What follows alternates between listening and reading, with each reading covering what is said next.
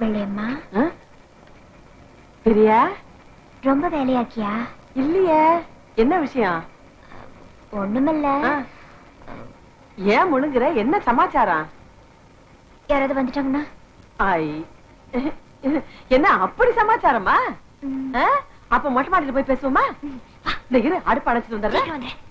என்னடா இது? சொல்லு சொல்லு.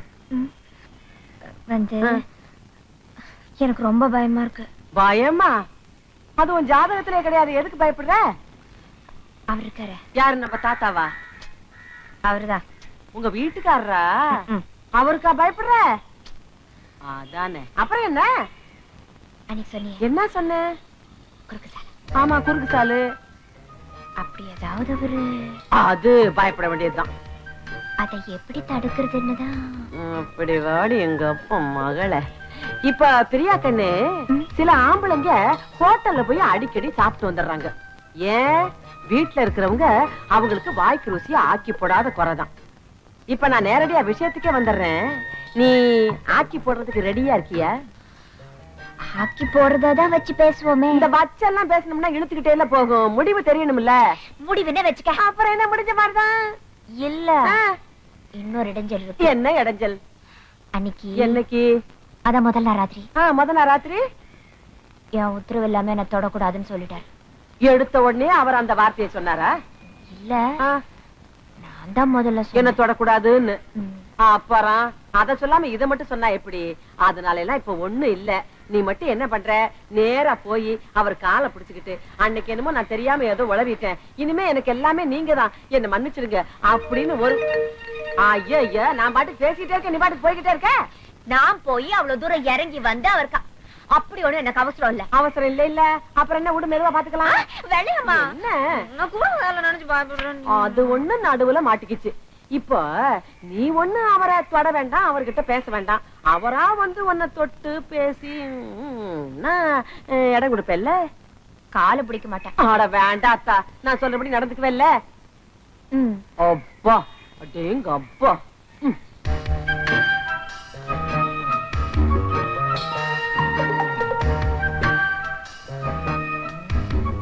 தம்பி தம்பி, என்னது சாயங்காலம் தான் வந்தீங்க?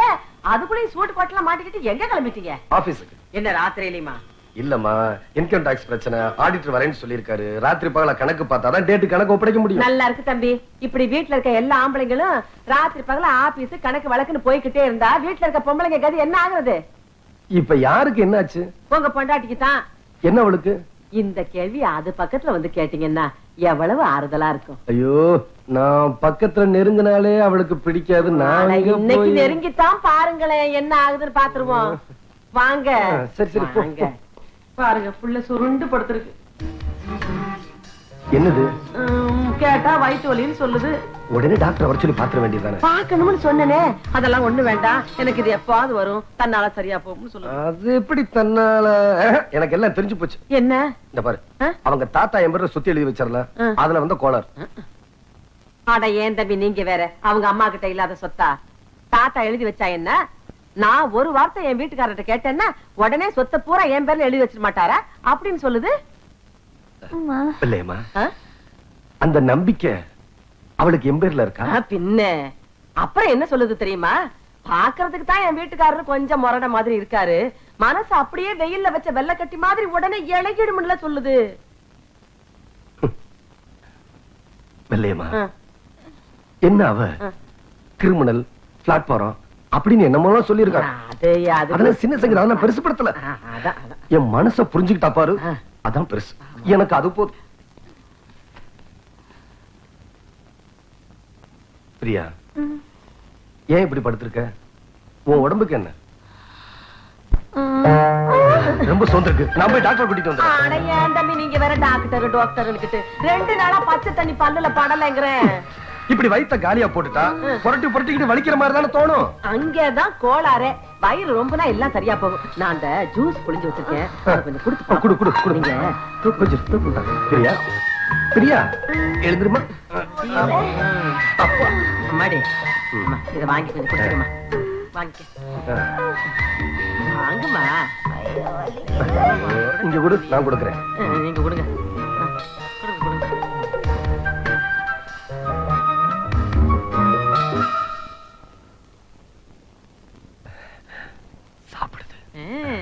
நான் தான் சொன்னேன்ல, மனசுக்குள்ள உங்க நினைப்பு தான். அது போதும். அம்மா, அம்மாடி, இப்ப எப்படிமா இருக்கு? பாத்தீங்களா, ஜூஸ் போய் வயித்துல விழுந்த உடனே சூட்டை குறைச்சிருச்சு. அதனாலதான் இந்த தெளிவு. நான் சந்தேகப்பட்டு தான் விளக்கெண்ணெய் வாங்கி வச்சிருக்கேன். நீங்க என்ன பண்றீங்க, அதை எடுத்து அடி வயித்துல கொஞ்சம் நல்லா தடவி உள்ளங்காலையும் நல்லா சூடு பறக்க தேய்ச்சி விட்டீங்கன்னா தூங்கிரும். அது வரைக்கும் கொஞ்சம் கூட இருங்க. அடுப்படியில அப்படி இப்படியே கிடக்கு தம்பி. நான் அதை போய் பாக்குறேன்.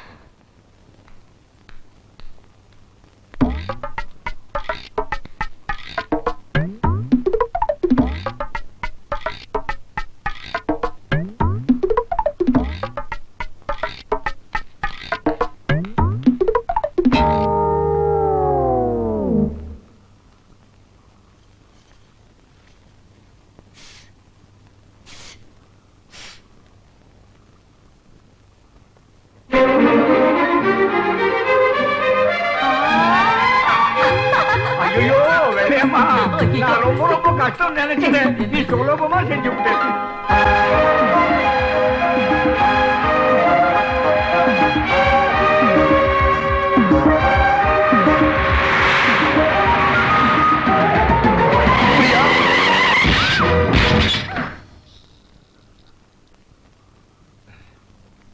படுத்துக்கோ படுத்துக்கோ.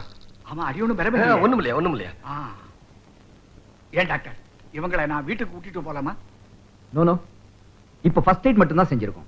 இது ஒரு மேஜர் ஆக்சிடென்ட்ங்கிறதுனால வேற எங்கேயாவது உள்காயம் பட்டிருக்கான்னு செக் பண்ணி பார்த்தோம். அதோட பிரியா அடிக்கடி வயித்துல வலி வருதுன்னு சொல்லிட்டு இருக்கா, அதையும் செக் பண்ணிடுறேன்.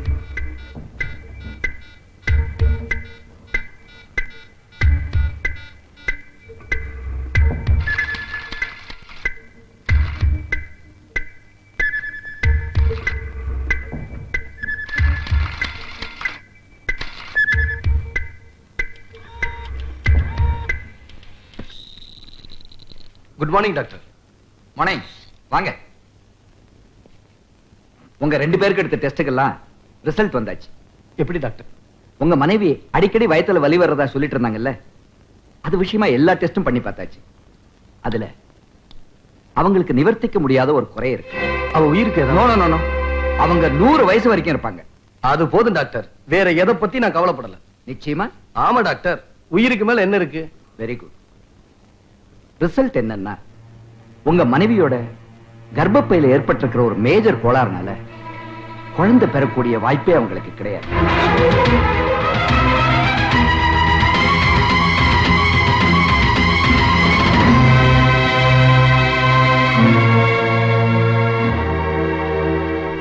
மாணிக்கம், என்ன மாணிக்கம்,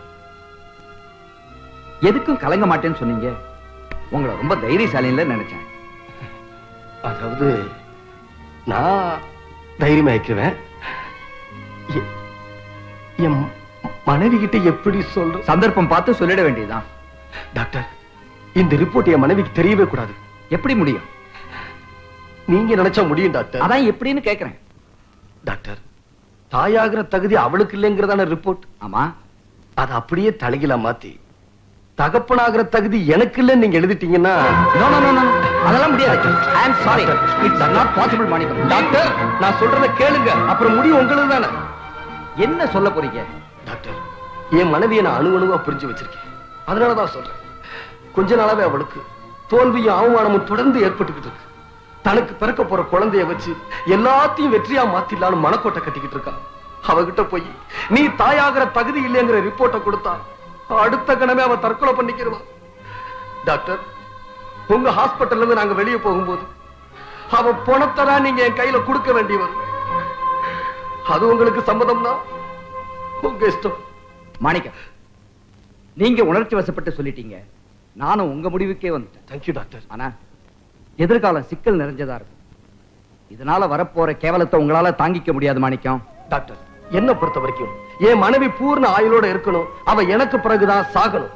அதுக்கு இடையில எந்த கேவலம் வந்தாலும் I don't care. All right.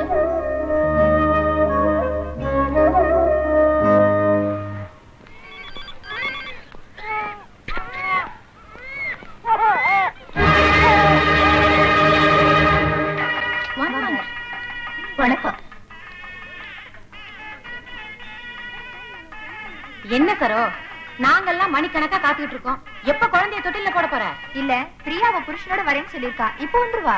அவள அந்த திமிர் பிடிச்சவ எந்த ஃபங்க்ஷனுக்கும் கரெக்ட் டயத்துக்கு வரமாட்டாளே.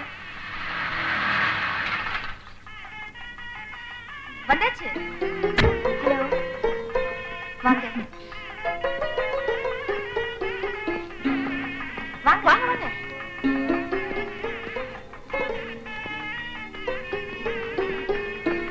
என்ன ஃபங்க்ஷன்லாம் முடிஞ்சிருச்சா? அது எப்படி? நீ வந்து உன் கையால குழந்தைய தூக்கி தொட்டில போடணுங்கிறதுக்காக தானே நாங்க காத்துட்டு இருக்கோம். இந்த தொட்டில போடு. சரோஜா, உனக்கு கொஞ்சமாவது அறிவு இருக்காடி? குடும்ப பொம்பளையா நீ? 5-6 பிள்ளைங்களை பெத்து 2-3 பேரம் பேத்தி எடுத்த பெரியவங்க கையில குழந்தைய கொடுத்து போட சொன்னா அது நிலைக்கும்.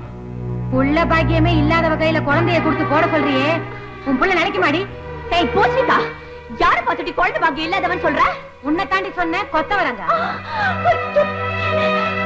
ஒரு நல்ல காரியம் நடக்குதுன்னு உன்னை சும்மா விட்டு வச்சிருக்கேன். இல்ல பிரியமா, அவ கிடக்குற, நீ வாமா. அவ என்ன வார்த்தை சொன்னா? நான் தாயாக முடியாதா? கல்யாணம் ஆன 3வது மாசத்துல புள்ள முட்டிட்டு வந்துருமா? ஏய் 3 மாசம் என்னடி? 300 வருஷம் ஆனாலும் உன்னால தாயாக முடியாது. பிரியா பிரியா, அவங்க கிடக்குறாங்க, ஏன் ஆத்திரப்படுற? உன்னால தாயாக முடியும், அந்த பாக்கியம் உனக்கு இருக்கு. மிஸ்டர், அவளுக்கு இருக்கு, அந்த தகுதி உங்களுக்கு இருக்கா?